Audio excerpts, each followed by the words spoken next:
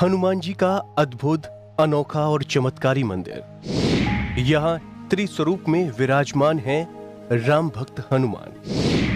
हनुमान जी की प्रतिमा देखने से ही दूर हो जाते हैं कष्ट। रावण की लंका दहन करने वाले हनुमान जी की एक अलग ही छवि हमारे मन में बनी हुई है। इन्हें हर जगह ब्रह्मचारी के तौर पर पूजा जाता है। लेकिन आज हम आपको एक ऐसे मंदिर के दर्शन करवाएंगे जहां पर बजरंग बली स्त्री रूप में स्थित हैं। हम जानते हैं कि बिना देखे इस बात पर यकीन करना मुश्किल है, लेकिन पहले छत्तीसगढ़ के बिलासपुर से 25 किलोमीटर दूर रतनपुर में स्थित स्त्री स्वरूपा हनुमान जी के दर्शन कर लीजिए।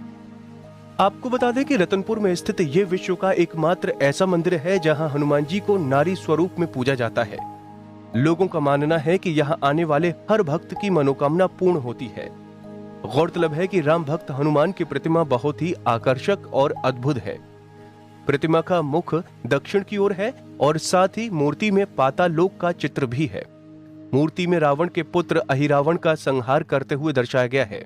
उनके अंग प्रत्यंग से तेज पुंज की छटा निकल रही थी। अष्ट श्रृंगार से युक्त मूर्ति के वाम कंधे पर रामलला व दाहिने कंधे पर अनुज लक्ष्मण के स्वरूप विराजमान है।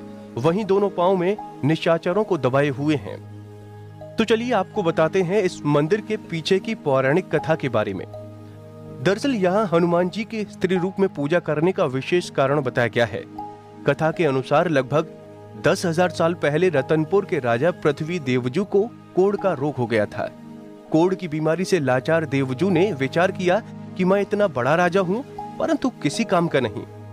इस त्रास भरे जीवन से मृत्यु हुई उपयुक्त है। ऐसे चिंतन करते हुए राजा को नींद आ गई, जिसके बाद राजा के सपने में बजरंग बली आए। उन्होंने स्वप्न में हनुमान जी की बिल्कुल वैसी ही झलक देखी जैसी प्रतिमा मंदिर में स्थापित है। अष्ट श्रृंगार युक्त हनुमान जी की दिव्य मंगलमयी मूर्ति ने राजा से कहा, हे राजन, मैं तेरी भक्ति से प्रसन्न हूँ। तुम्हारा कष्ट अवश्य नाश होगा। तुम मंदिर का निर्माण करवाकर उसमें मुझे बिठा। मंदिर के पृष्ठ भाग में ताल खुदवाकर उसमें स्नान कर एवं मेरी विधिवत पूजा करो। इससे तुम्हारे शरीर में हुए कोढ़ का नाश हो जाएगा। इसके बाद राजा ने विद्वानों से सलाह ली। उन्होंने राजा को मंदिर निर्माण की सलाह दी। राजा ने गिरजाबंध में मंदिर का निर्माण काम शुरू करवाया और जब मंदिर का निर्माण कार्य पूरा हुआ तो राजा ने सोचा कि मूर्ति कहां से लाई जाए। इस विचार के बाद एक रात स्वप्न में दोबारा हनुमान जी प्रकट होकर बोले कि महामाया के कुंड में मेरी मूर्ति रखी हुई है, तो कुंड से उसी मूर्ति को यहाँ लाकर मंदिर में स्थापित करवा। लेकिन राजा को बहुत खोजने पर भी वो मूर्ति नहीं मिली और निराश होकर राजा महल लौट आया और इसी सोच में डूबे हुए उसकी आंख लग गई। जिसके बाद एक बार फिर हनुमान जी ने दर्शन दिए और कहा कि राजा, तू हताश न हो, मैं वही हूं, तूने सही से खोजा नहीं। वहां घाट पर जाकर देखो जहां समस्त जन जल लेते हैं, स्नान करते हैं, उसी में मेरी मूर्ति रखी हुई है। सुबह उठते ही राजा घाट पर पहुंच गया और वहां उसे मूर्ति मिल गई। इस अद्भुत मूर्ति को देखकर राजा का मन बड़ा ही प्रसन्न हो गया।